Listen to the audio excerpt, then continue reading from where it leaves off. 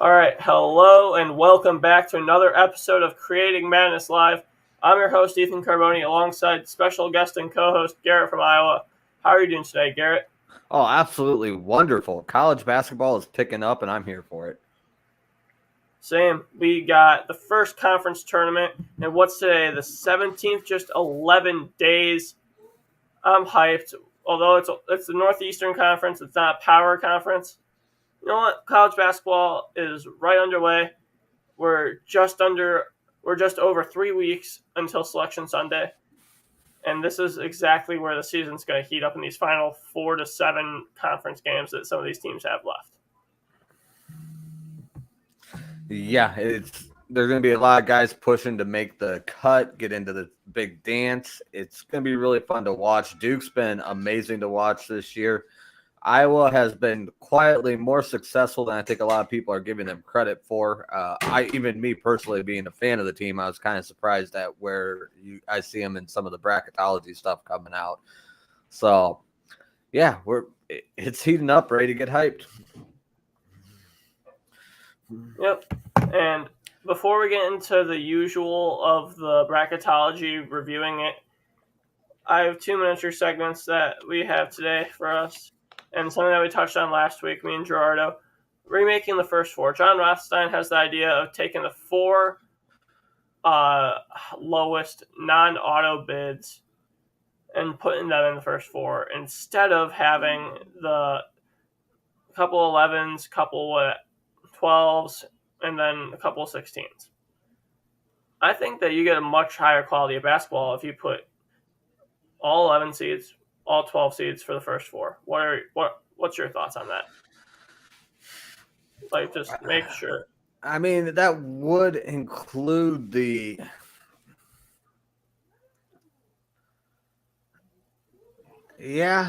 go all 11 and 12 seeds. That would make the games better.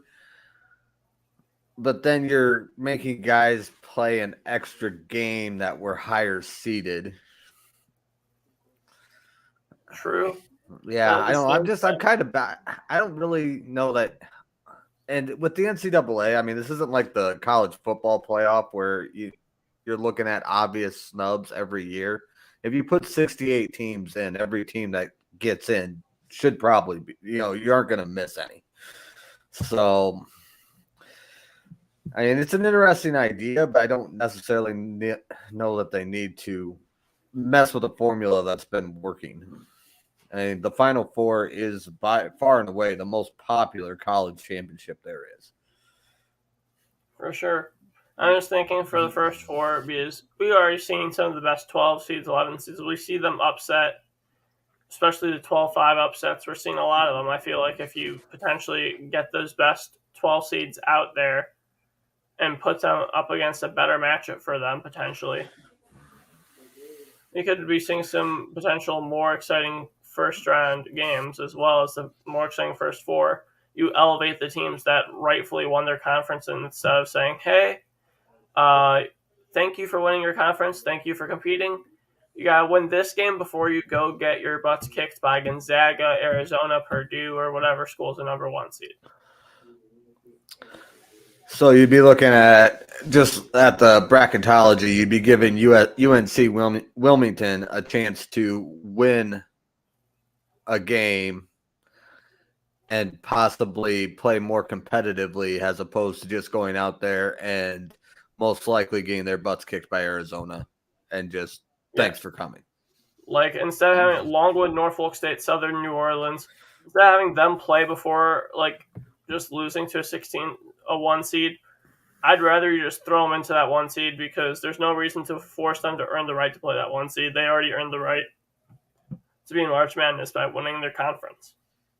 Yeah, I definitely see that. Then you just get a little bit more quality basketball, even in the first round of the actual tournament. And then the first four is probably going to be a little bit more competitive games. Yeah, it makes sense to give these teams something to play for because, I mean, how many 16-1 upsets have there been? One. That's why I couldn't remember if it was one or two. I knew it wasn't very many. So that's a pretty, I mean, yeah, Norfolk State is not going to beat Kentucky. Like that's all right. And Colgate could beat Gonzaga. I mean, you gotta love the toothpaste team. Maybe.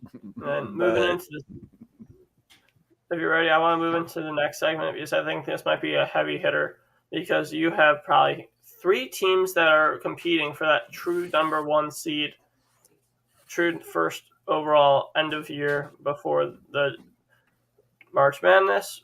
Who's the true best team in college basketball right now? Who's the number 1 overall seed in your eyes? I like Illinois. And, I mean, you could make the argument with their recent loss that they don't belong there. But, I mean, I think in basketball, every team's going to have a loss. I have a weak spot in my heart for big men, and Kofi Cockburn has been absolutely ridiculous this year, averaging 21 points and 11 rebounds a game, just shooting 60% from the field, 64% from the line. I mean, this isn't like when Shaq was playing. It's a big guy. You just hack him instead of giving him the basket because he's probably going to get the points either way. So he's just been a force. They're dangerous on the perimeter. They have had some health issues, but if they can get the entire team healthy headed into the tournament, I'm not real sure who's going to stop them outside of, March Madness being March Madness. See, I got to stick with the current 1 seed in Gonzaga just because they've been surprisingly good. And obviously, we knew they were going to be good. We knew they were going to just completely dominate. Their only losses are to a Duke team, which can on some nights be the best team in the country, on some nights look very wobbly. And then their other loss was to a team exactly like that in Alabama. Then once that Alabama loss happened in their 9th game of the year, they haven't lost a game since. Although they only do have 3 more games left before conference tournament season. Odds are they're not going to lose any of them, but you never know. Yeah, and I mean Gonzaga is just tough with Drew Tim inside along. I'm going to space on the other guy's name. Chet Holmgren. Yeah, with those 2 guys inside, which if I remember correctly, it's been a while, but when we were talking preseason, I'm pretty sure we pegged those 2 guys to be big performers this year, which probably wasn't a hot take, but we still got it right. And yeah, they're very impressive. I like Illinois. I think they're coming out of a much tougher conference. I mean, the bracketology I've seen, most of them that I've seen have 8 Big Ten teams out of the 14 making the tournament, and that is by far the highest of any conference. So, and they played tough all year, and if they can come out of the Big Ten tournament healthy, I think they deserve the spot.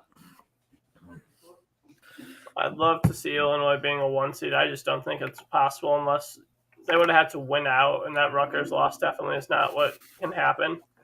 But Rutgers is weird. Rutgers been beating everybody at home. Very true. They're unbeatable at the rack. I mean, they aren't really that good, and they can't win anywhere else, but they'll beat your ass if you come to their house. Very true. But here's my thing for Gonzaga. You have 5 players that are averaging 10.5 or more points. And you have all 5 starters averaging 10.5 or more. I feel like that's not like all 5 starters averaging 10.5, 10.5, 10.6, 10.7.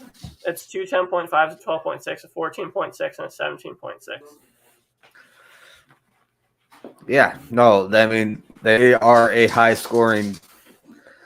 definitely a high-scoring offense. I think they're going to see come to the tournament, though. They're going to see a lot tougher defense than they've dealt with throughout the year. True, but if your starting 5's averaging 66 points by themselves, that's a pretty good sign. Yep. Oh, definitely. No, I think more points than we've seen Iowa put up some games. Same with Illinois. Same with a lot of teams this year that have been supposedly supposed to be better. Yeah, very, very, very true. So, yeah, we'll have to see how it all shakes out. I think those are both very good teams that should be making deep runs as long as Illinois doesn't have to play Sister Mary Bean. I hope so. But moving in to the bracketology, the meat and potatoes of every single one of these streams, Joe Lenardi's bracket.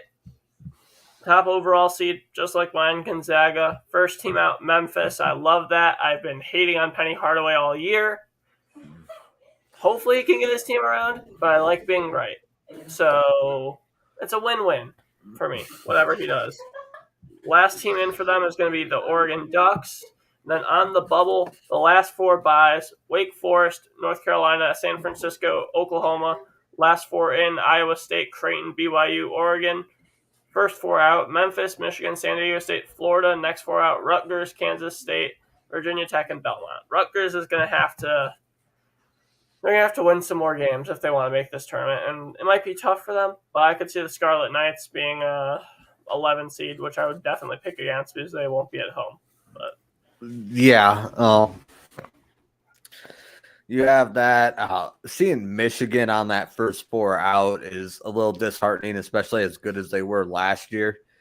But I would definitely see them trying to make a late season push, possibly even make a run at the tournament because it's going to be do or die type for them. It really will be. And honestly, the more and more I think about it, I am really thinking that Michigan and Rutgers both end up in the tournament. Problem is, I'm not sure exactly how well they'll do, just because Juwan Howard had a perfect team built for him last year. And this year, it's coming into the year, I had them as my number one team in the Big Ten. Exiting the year, I'm not sure if I were to project preseason rankings for next year, I'm not sure if I can put Michigan in the top 5 for Big Ten as of right now. Yeah, no, that's very fair. They definitely underperformed this year. But you also have Juwan Howard. I mean, he has a tendency to make his guys show up when it counts. And when you have a 68-team field, all you have to do is get into the dance, and then anything can happen. Very true. And for the 68-team bracket, looking at the first four, we're going to look at the 16 seeds first, because I know how much you know about Longwood and Norfolk State. Just predict the game. I know you know nothing about these two teams. I know which team I would choose, but I'm probably going to go Norfolk State. I did a little bit of work on them preseason, not a lot, but I mean, they aren't going to beat Kentucky. That is what it is, but I think they show up and make an appearance. Yeah, I'd take Norfolk State too. Longwood's been falling this week. I believe they're coming off a tough game. So we'll see if this matchup were to happen. I'd take Norfolk. Then you got Southern New Orleans. I'll take Southern because why not? I'm not going to do a deep dive into a 16-16 game. I'll take New Orleans just because New Orleans. I like Mardi Gras. How Garrett fills out his bracket. Where do I want to go on vacation? All right. No, not the whole bracket, just occasional games. All right.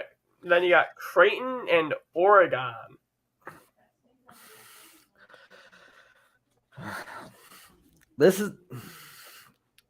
I'd almost lean Creighton here. Oregon's having a down year. I think the Pac-12 as a conference is just. My football bias is probably bleeding over, but I'm not. You tell me you're from the Pac-12, I'm not impressed. You see, if you're Oregon, you have Ryan Hawkins and Alex O'Connell leading the pack. Then once you get to Oregon, it's Will Richardson, and then which role player is going to actually show up that night. Because really no one's going to know. Is if you're looking at it from the perspective of Oregon, looking at their past few games, you have a win last time against Washington State. That's a good win. But then you lost to Cal at home. When's the last time that Cal had a very relevant basketball team? Because I know I was not aware they had a basketball team. I thought they just had a chess team personally, but they're pretty good at chess. Yeah. And hacky sack. And then you got Iowa State and BYU. Because we both have Creighton in this one, but Iowa State, BYU. Does Alex Barcello's BYU Cougars take down the Iowa State team that was so hot in the beginning of the year and has just been falling down so much? I gotta go with the homer pick and believe that Iowa State's gonna find their magic back. I know a lot of places like in Michigan, you like hate Michigan and love Michigan State, or vice versa, one or the other. Around here, I mean, I'll cheer for Iowa State as long as they aren't playing Iowa. I like to see them do well, and they got a solid team down there, but I don't know if they need to change the coach or what they need to do with their names, but the last couple of years, they've just had so much potential and have just shit the bed. So I don't really, but I have to believe in the boys down there will find something, at least win at least their first game, if not two at the dance. Well, you see, for Iowa State, they actually fired their coach last year, and then they have a new one this year, and then they bring in a transfer, Isaiah Brockington, who's been averaging 17 points a game. He's been playing very well, and it's really going to be, does Iowa State play consistent basketball against a team that will sometimes shoot 5 of 25 from 3? I'd take Iowa State with consistency over the BYU Cougars in this matchup. So far, for the games that really matter, I think we're gonna be taking the same ones. Moving into Gonzaga Colgate, there's no reason to talk about this. Sorry, Jeffrey Woodward. Hey, never count out the toothpaste guys. You know, they made a splash. They made a splash last year. They might do it again this year. I know. I've interviewed one of their players, Jeffrey Woodward. Shout out to him. He's been a great role player for them. Hopefully, I would love to see Gonzaga get upset in the first round because that would just make my year. But I would love. And out of the 4 1-16 games, this is the only one I would even consider penciling in as an upset on a bracket. You see, I make about 100 to 300 brackets a year, so. Nope.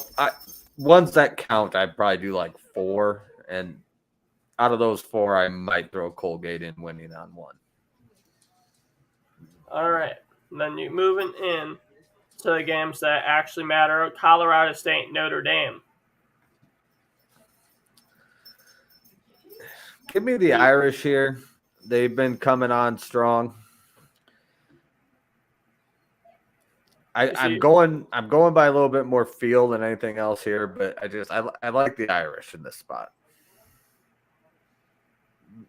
I mean, they're coming off a few nice wins. You beat Boston College, you beat Clemson, you beat Louisville, you beat NC State, you beat Miami. Your last loss was to Duke, but even before that, you were riding high with a 4-game win streak. You know, I'd love to take them, but at the same time, I got to take my boys with the Colorado State Rams. David Roddy, Isaiah Stevens, John Tanji have just been so good. Isaiah Stevens and David Roddy have been the most underrated duo in college basketball this year. I just don't see a way where Colorado State doesn't at least pull off one game, if not more, if they can eventually get themselves to a 7 seed or 6 seed. And then moving into the next game, we got Alabama and Chattanooga. This was the same matchup last week. I'm going to choose the same team, but I'm not sure if Garrett remembers what that was, so I'll let Garrett choose his. I'll go Alabama on this one.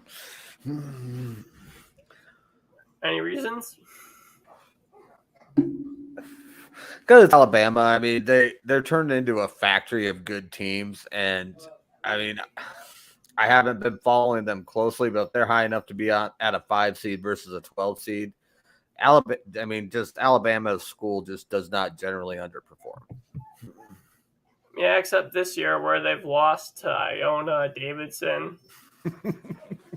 this Alabama, like, they don't usually underperform when it's against good teams, and then when it's against bad teams, they choke.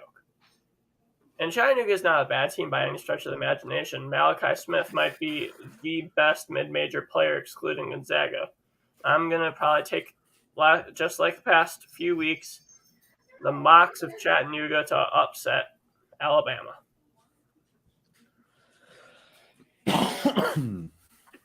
Then moving into It'd be fun to see. Yes, it would. 4:13, the Wisconsin Badgers against the South Dakota State Jackrabbits. Give me the Jackrabbits. Wisconsin is an assembly line of big men that are going to go work for State Farm after college. Give me South Dakota State. And I'm kind of the Big Ten has a lot of good teams that beat up on each other all year. Illinois is going to have to overcome that, but you look at what happened to the Big Ten last year when they got to the tournament as a conference. As much as it pains me to say, there were a lot of these upsets where it was 4-12, 5-13, 6 versus 11 that the Big Ten was on the right side of and ended up losing. So give me South Dakota State here. Make some noise. And South Dakota State does have 8 players that are scoring 6 or more points and 4 players that are scoring 10 or more. And then you're going up against a Wisconsin team that they have Johnny Davis, who has been absolutely incredible this year, as you and I both know as Big Ten fans. Johnny Davis has played like MVP of the Big Ten at points, and it's really going to come down to, is Johnny Davis able to put up a consistent game, or is it going to be is it going to have to be the Brad Davidson, Tyler Wall, Steven Crowell show? Because I'm not really 100% sure if I'm going to be able to take South Dakota State over this team if Johnny Davis can have a monster game and drop 30-something points with Brad Davidson actually shooting efficiently. Yeah, it's going to be a pace game. If Wisconsin can make South Dakota State play their game, then Wisconsin will come away with the win. But if South Dakota State can turn it into a fast-paced shootout where they got players all over the court that can score, then they could definitely hang with them and come away with the win. All right, moving into LSU San Francisco. San Francisco has been very surprising this year. It's great to see them actually making the tournament because they have, when you play in the West Coast Conference, it's a pain to make the tournament unless your name is BYU or Gonzaga. Yeah, those are definitely the two favorites out of that conference every year. Unfortunately, I think San Francisco is going to be a one and done this year. I don't think they're going to be able to hang with the bigger school. They're kind of new to the game. Give them another couple years, and I'll probably be penciling them in for one of those upsets. Yeah. And Jamari Bouya has been incredible for him, 18 points. It's just, if you're going up against Tari Eason, and who is probably the best defensive player in college basketball at this point, I'd take LSU just to barely scrape by the Dons of San Francisco. Scrape by? I'd probably have it with that game would be within 5 points. That's closer than I would think. But yeah, I think LSU wins this one by like 10 to 15. Then moving into the 3:14, Texas Tech, Montana State. Who are we going with? This is a tough one. Montana State has been beating up on a lot of people, but you look at who they've been beating up on. I mean, like they beat SAGUAIC. I don't even know what that is. St. Thomas of Minnesota. I am literally 45 minutes away from Minnesota. I don't know who that is. And I just think Texas Tech is going to offer them a higher level of competition. I think they're definitely going to hang, but I'm going to have to roll with Texas Tech on this one. For sure. I mean, it was early in the season, but they lost by 17 to South Dakota State. If you're losing by that much to South Dakota State, I know there might have been circumstances for that game, but still, Texas Tech is a better defensive team than South Dakota State. I wouldn't put it past Texas Tech to hold Montana State under 65 points in this game. Yeah, I mean, that'd be fair. You look over a lot of their scores, they're winning by 20 points. Or sorry, not 20, but they're winning by 5-10 points or more fairly consistently. But I think I'm just looking, there's one game that they were over 80. Sorry, 2 games that they were over 80. And one of those was the aforementioned Segu AIC, where they scored 124 points. So I don't think that's a real school. And then, speaking of schools that have been almost not real, Marquette versus Murray State. Murray State, John Morant's old stomping grounds. And, well, they have a team that is better than the team that Ja was on. Can they beat Marquette?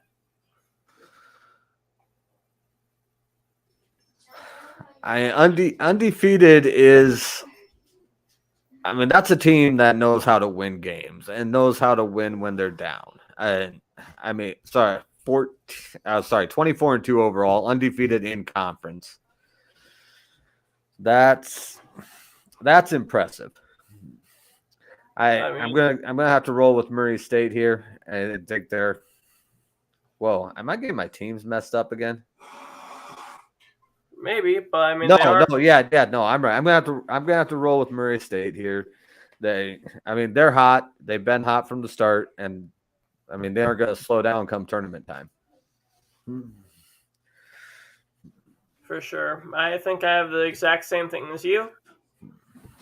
It's just a matter of if Justin Lewis can put Marquette over him, I could very well see that, as well as Daryl Morcell. I know that's a name you're very familiar with as an Iowa fan. Mm-hmm. If he's able to help play lockup defense and even hit a few threes, Marquette could win this game easily. It's just a matter of... I think Murray State has the more dominant offense. I'd rather take if I had to pick an upset, and only one upset this entire first round, Murray State would probably be that one.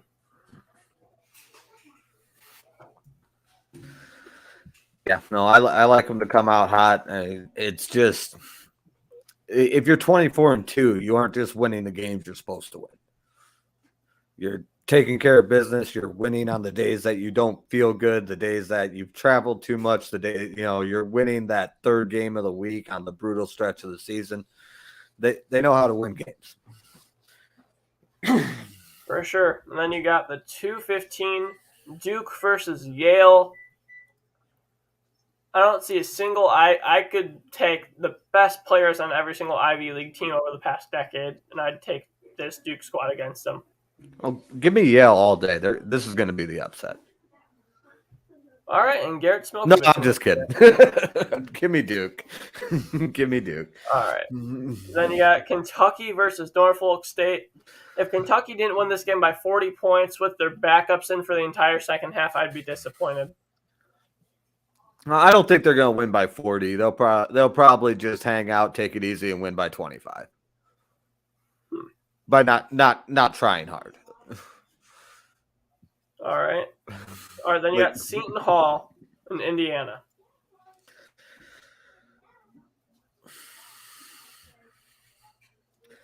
This is tough. Just...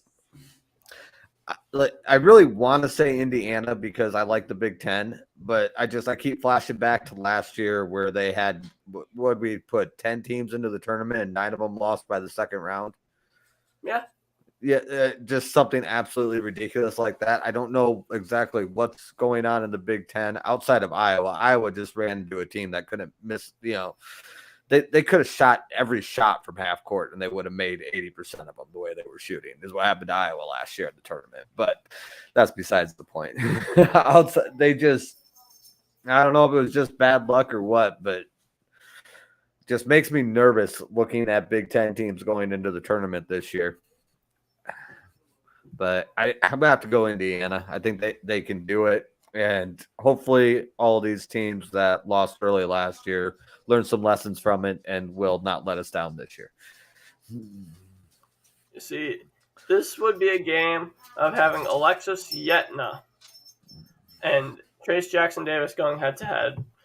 I'd take Trace Jackson Davis in that matchup personally. But then you have Seton Hall that actually has 3-point shooting with the likes of Jared Rhoden and Bryce Aiken. I feel like I just have to take Seton Hall just for the fact that we saw Indiana lose to Wisconsin because they couldn't hit a three to save their lives. Mm-hmm. So I don't see a reason. That's fair. I really can't see a reason. If Seton Hall's hitting the three, they're not losing to Indiana.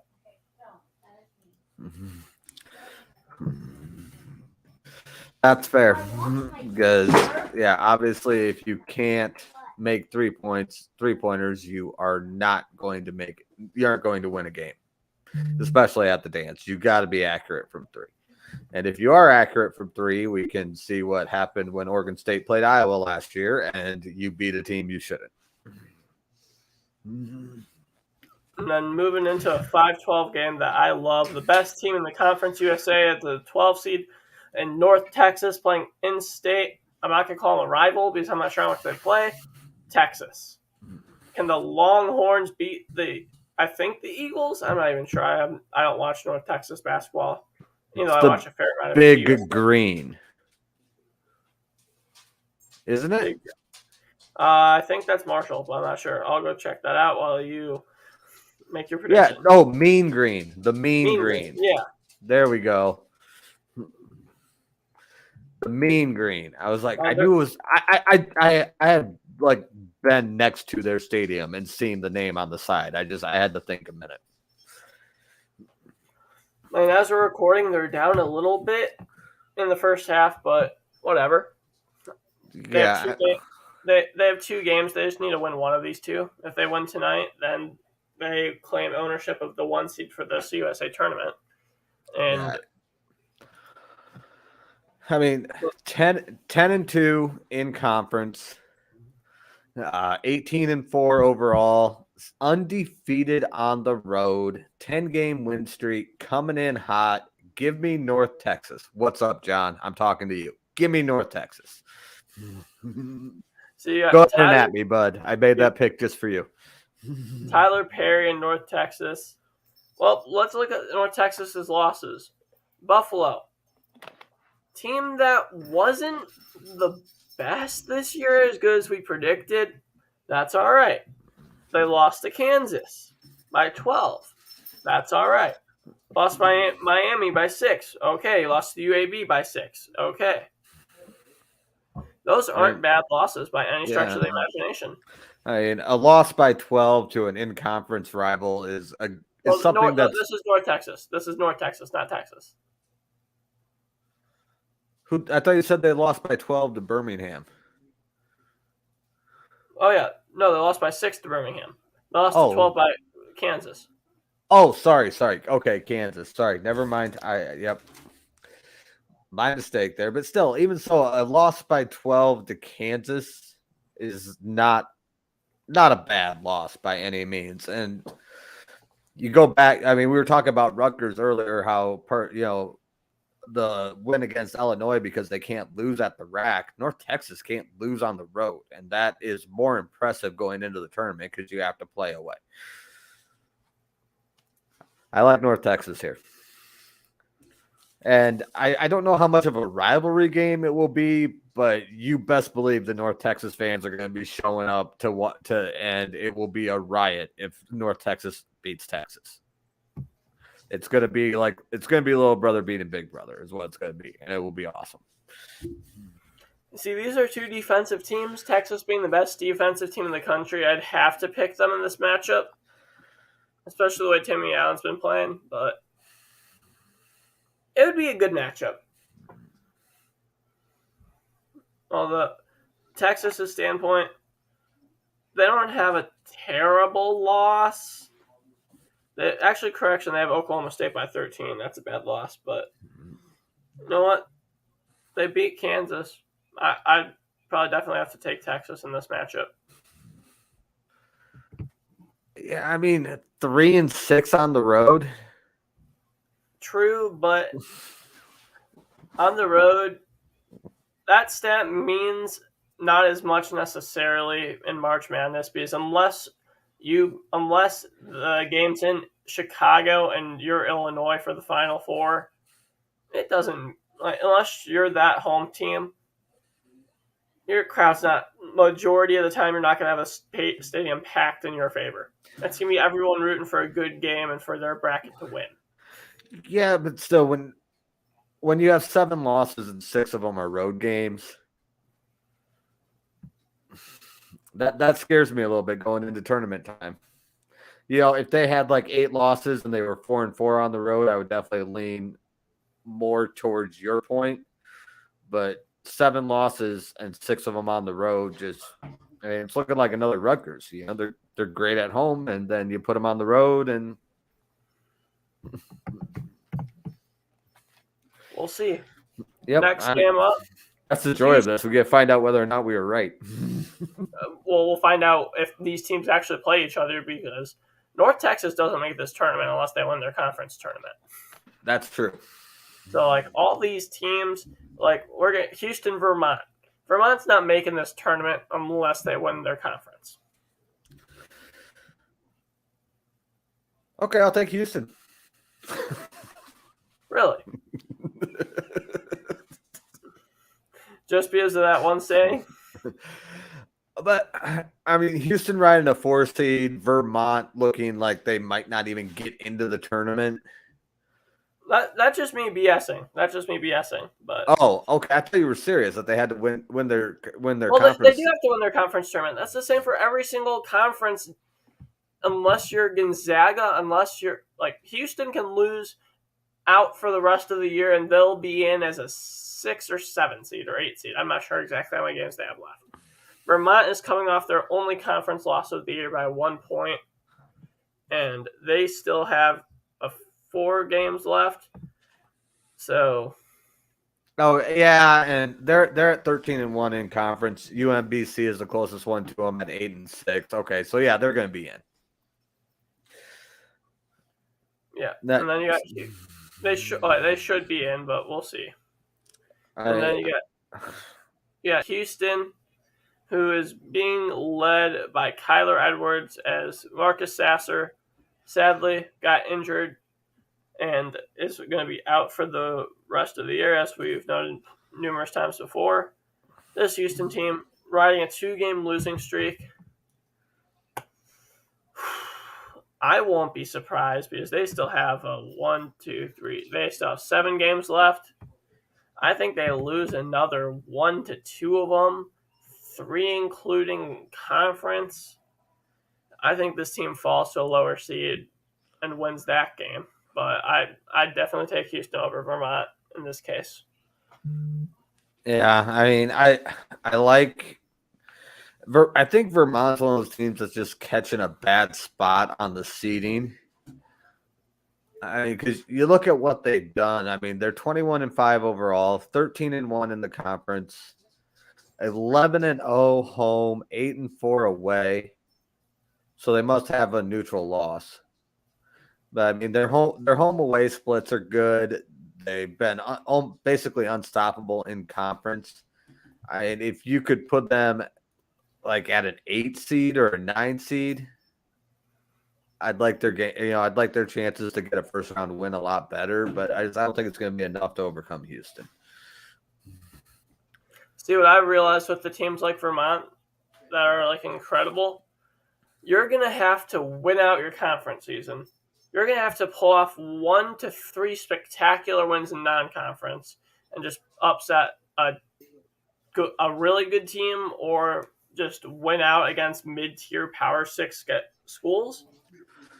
It's a hard thing to do. And Vermont, I could see the argument up to an 11 seed, but the 8 or 9 seed is just too difficult for me to give them. Well, but I'm just saying, not necessarily that they should be ranked there, but if they were, they have the opportunity to win at least one, maybe two games. I mean, like, let's see, you got 8-9. So what's the 7-10 matchup on this bracket? Okay, so Vermont versus Miami. Like, who do See, you take there? Miami. You think so? I think Miami's a decent team, but we'll get into them in a second. Yeah. Well, and then the other one I was looking at if you put Vermont against Indiana. That would be a fun matchup. I'd take Vermont in that one. So, I mean, see, that's what I mean. You can look around here and just see if you bumped them up a couple seeds, they'd be in a, which I mean, I understand they'd have to do that, but there's matchups out there that, there's matchups just in their bracket that you would look at and be like, yeah, these guys could win it. And then, but that also comes back to like reseeding the whole thing because obviously Cleveland State's not going to beat Purdue, but you don't want Kentucky playing Purdue in the first round either. Right. And then moving into this section real quick, Arkansas, Oklahoma.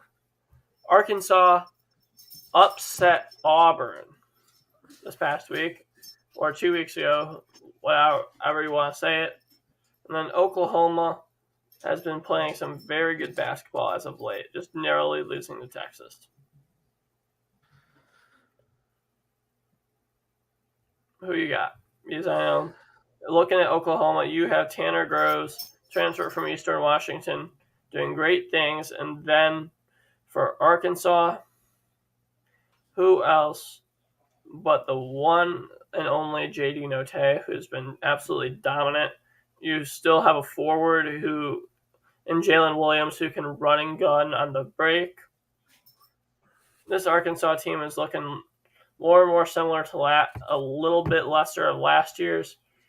I just think if they can get past the strong defense of Oklahoma, having the former Loyola Chicago coach, I don't know why I'm blanking on his name, but that's going to annoy me until I look it up. Who would you take in this matchup? I think I'm going to have to lean Arkansas. Just looking at what they've done, I mean, they're 9-4 in a conference that includes Auburn and Kentucky, two of the definitely top tier teams this year. And they upset Auburn, so they definitely have the potential to where if you give them an opportunity, they can win a game. 14-2 at home, 4-3 away.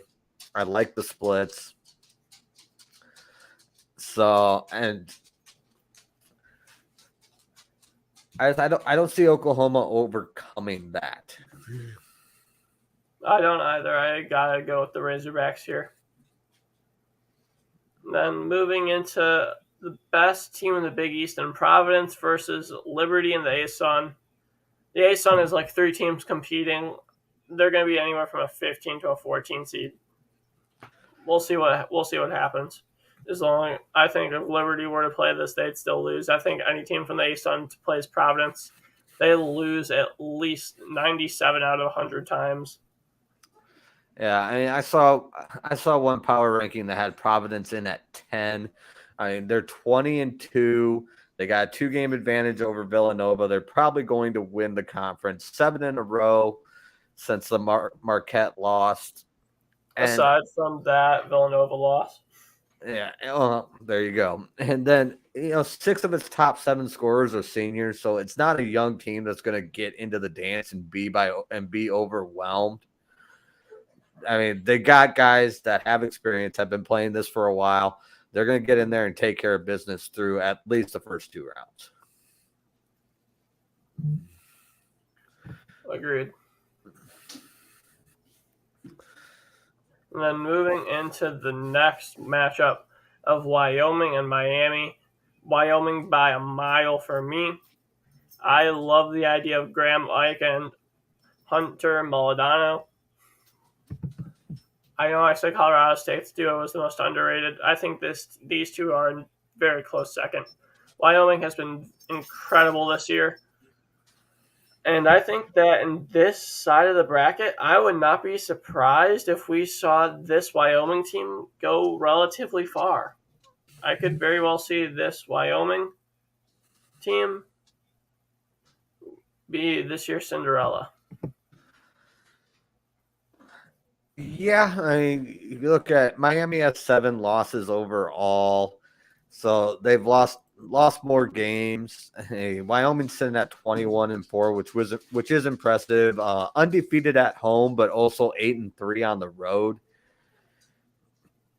I know I read more into splits than a lot of people do, and there's a little bit of a balance there, but it's important to show that you can win on the road. And if you have, it's not so much that you need to have a great road home split. I just think you need to have a decent one. If you have a terrible one, I think that bodes bad for you. But no, I agree with you. Wyoming, with their spot in the bracket, I mean, Purdue's going to be a challenge, but not impossible. But if they can get past Purdue, it's pretty wide open to get Right, to at least the 8. right. And like you said, Purdue should beat Cleveland State. I love Cleveland State, love the Horizon, but this isn't a game we need to look over. Correct. Because moving to Auburn Southern or Auburn New Orleans, also a game we don't need to look over for obvious reasons. Yep. Moving into the St. Mary's Loyola Chicago. Who do you got? Give me Loyola. I love Sister Jean. That team always shows up at tournament time. If they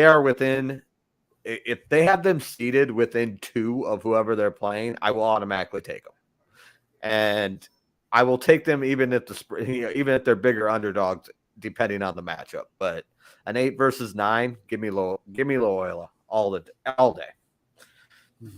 100%. Lucas Williamson is an incredible player for him. I think he'd be able to lead them past that St. Mary's team. Both teams are very evenly scored, evenly matched up. I just think Loyola Chicago. I'd love to see Loyola upset Auburn, but you never know. Oh man, that would be beautiful. That might make me happier than watching Colgate upset Gonzaga. Maybe it's a close talk. It probably would, because Auburn's an SEC team, and yeah, I won't say what I'm thinking because you run a pretty clean show, and I appreciate that. Thank you. Now you got Michigan State and Davidson. Can Davidson knock off Sparty Nation? I want to lean no. I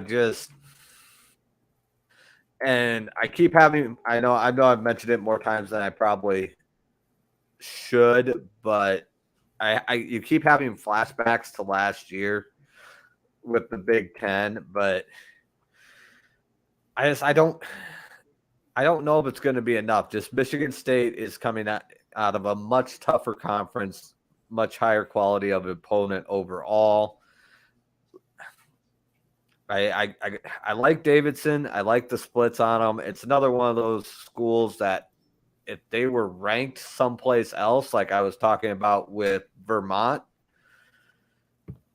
they could probably win a game or two and make a splash if they don't catch Michigan State off the seeding. But I don't think they're going to get past Michigan State.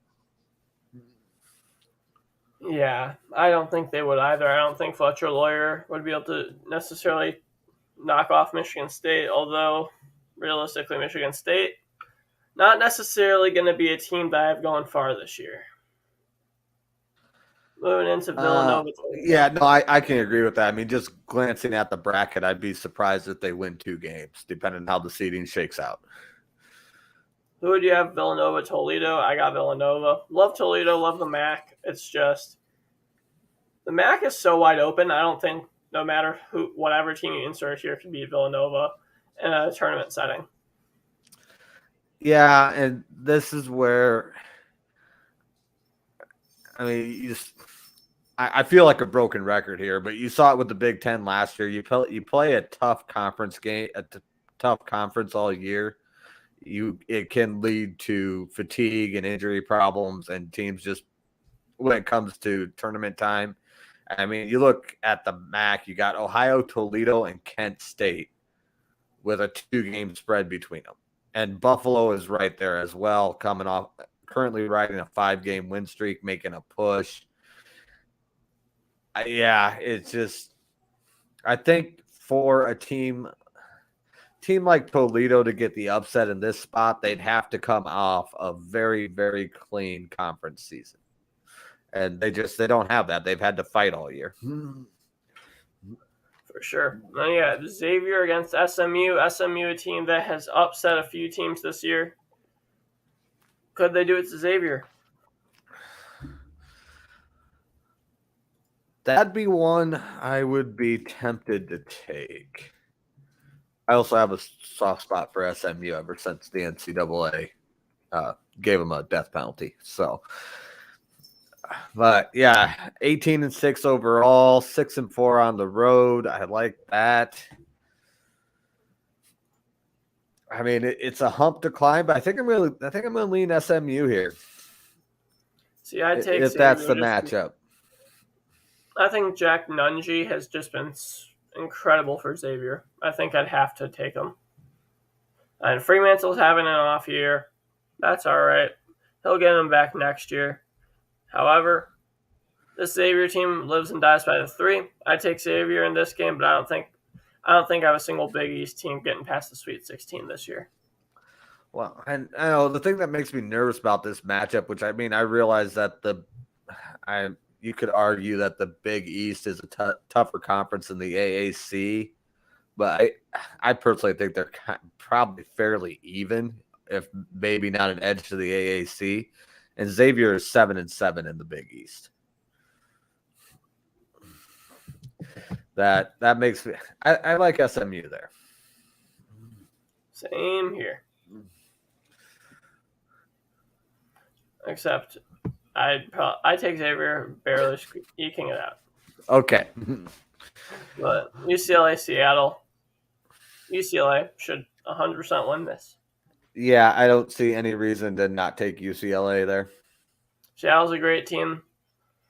They're matched up poorly against a UCLA team. It would really be if they can hold UCLA to less than 20% shooting from 3 and less than 30% shooting from the field, they could win, which is possible. It's just a tough task. Yeah, I don't really see that happening. And give me UCLA here. All right. The battle of the two players keeping these two teams alive. Keegan Murray in Iowa and Alondes Williams and Wake Forest. Who do you got, Garrett? Give me Iowa. Surprised you even asked me first. Everybody knew what I was going to say. But I called it at the end of last year. I called it preseason this year. Keegan Murray I said he was going to be a problem, and he has been a problem. He's obviously the leader of this team. We got Joe Toussaint, who, he's not putting up the stats, but he is just a slippery guy that makes things happen and makes opposing offensive plans break down. I'd love having him out there. He's just a scrappy guy. Bohannon, he is what he is. He hasn't been playing near what you would think, but he's having an off year, and he's 38% from 3-point range. And it's an off year for him. So that guy is always dangerous. And I'll reference it again because even though I feel like a broken record, anybody that watched Oregon State, Iowa last year can saw what happened when a team gets hot from 3. They are unbeatable. So give me Iowa here over Wake Forest. Iowa's going to drag them down in the dirt and beat them with experience. I agree, and you explained it so perfectly that I just want to move right through Kansas Long Beach State. Kansas couldn't win this. I don't know what the hell's wrong with college basketball. Yeah, no. Moving into the final region, Arizona, UNC, Wilmington. That's an obvious one. Moving through to the 8-9 of Boise State and TCU. Are we going with the Broncos here or the Horned Frogs? That is a tough one. Boise State is sitting there fighting for the top of the Mountain West Conference. 10-3, 7-2 for the split, which is, I like that. Oh, what's Texas Tech at? TCU, not Texas Tech. Oh, sorry, TCU. That's right. You said Horned Frogs, and I'm not smart. And I also apparently can't type. I mean, basketball. Who do you have on this one? I'd probably go Boise State. TCU has a plethora of scorers. It's just a matter of if I look at Boise State, I see one person that comes to my mind, and that's gonna be Abu Kigab. He's an all-around player, can play offense, defense, whatever they need him to. This is two evenly scoring teams. Anyone can take over at any point. I'll take Boise State here. I love the Mountain West. I'll take Boise State. I'm actually going to go TCU here. Just looking at what they've done this year. I mean, they're 5-6 in conference and 16-7 overall. I like the home away split 9-4, 4-2. Are on a little bit of a losing streak, but I mean, if they can correct that, get some play. I mean, they don't have to necessarily win the Big 12 tournament, but at least show up and play well there and get things moving in a good direction. I'm going to stick with TCU here, coming out of a very tough conference. I mean, that the Big 12's been beating up on each other all year, looking like the Big 10. And then you got Ohio State, Creighton. We both chose Creighton, I believe. Who do you have, the Buckeyes or the Blue Jays? I'm going to go with Ohio State here. I don't see Creighton overcoming Ohio State. I think the talent gap is too big. I 100% agree. I think Liddell is going to be able to dominate inside. I don't think Creighton has anyone that could hold Liddell to under 17 points. Give me the Buckeyes here by a decent margin as we move into Tennessee, Iona. Originally, I would have had this as an upset, but these past couple weeks with Iona losing a little bit, got me scared to pick them for tournament season. I'd take Tennessee red hot. I think that the Volunteers might be a team that we could see in the Final Four potentially. Yeah, they definitely have the potential. I like the splits. They're 4-4 on the road, which, as I said earlier, I don't think a team needs to be great on the road. They just need to be decent, and 4-4 is a decent split for on the road. Taking care of business at home, 14-0. About like the previous game, I just think the talent level is going to be too much for Creighton to overcome in this one. For sure. Or sorry, Iona to overcome in this one. Creighton can't overcome Ohio State. Iona can't overcome Tennessee. And you're right. Yep. Tennessee definitely has the potential. I mean, they're probably going to need a little bit of help if they run, because running into Arizona is going to be a tough matchup for them. But I could definitely see them getting there. You know, I'm going to have to go into this next one, which could be my favorite matchup. UConn, Iowa State. Can RJ Cole and Tyrese Martin get past Iowa State? What do you think here? No, I'm taking Iowa State. Hometown pride. All right, and you're right. I know they've been, that team just has so much talent, and I know they have a new coach. I don't know if he was the right answer, what's going on, because obviously something's been going on there the last 3 years. But I mean, it's tournament time. You pull it together and you make things happen. Yeah, I'd take UConn here just because I'm not going to give much of an explanation. Because I just want to dive right into the next one because it's my favorite team. Illinois and Wagner. I didn't realize that was one we needed to discuss. You know, Wagner's actually a really good team, and just with my luck of being an Illinois fan, Illinois would manage to lose it, but Illinois should win this. Moving into USC, North Carolina. Hey, just real quick on the Illinois. I don't think you need to worry about Illinois because they don't have to play Loyola unless they both get to the Final Four. So you should be all right to make a run this year. Yeah. And then you got USC, North Carolina. USC has been known by John and myself and probably at least half of the college basketball community played a weak schedule. They were looking incredible. Play a good team, and they flopped. They've bounced back a little bit, but this is a UNC team that they need to prove something to prove that they're worth it without Roy Williams. Who do you got? I'm going to go North Carolina here. USC started off hot. They're currently sitting at 21-4, but like you referenced, they started off with a fairly weak schedule. Picked up some easy wins to start that stretch out. I'm going to go UNC here. Just more consistency. And 13-2, 5-3 for home away. Give me that team. They know how to play on the road. I take the Trojans of USC here. I think having Isaiah Mobley with his tournament experience from last year, just that alone would be able to push him past the Caleb Love and Armando Bacot type train of UNC. And then, unless you want to talk about it, Baylor beats Texas State handily. Baylor beats Texas State. Yep.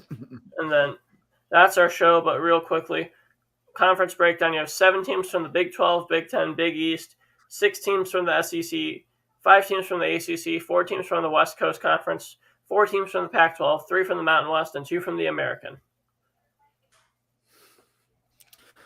I'd have to look. I wonder who are we missing from the guy I saw? Big 10, Purdue, Illinois, Wisconsin, Ohio State, Michigan State, Iowa, Indiana, Michigan. Remember, they were first 4 out. Oh, yep. So, yeah, the other bracketology I was looking at had Michigan as the 8th Big 10 team in there. Yep. Which could very well happen. It very well could. Mm-hmm. And as we near the end of our show, Garrett, before I shout out Creating Madness, would you like to shout out your stuff? You can find me at Garrett from Iowa on Twitter and the TikTok. And, that's where I'm at. All my stuff's there. All right, make sure you guys follow at ATR Madness on Twitter. Check out Creating Madness on YouTube. Go subscribe. Thank you for everyone who tuned in on Colorcast or StreamYard or Twitter or wherever you're watching this. We'll see you guys next week or on Sunday when you watch this. See y'all.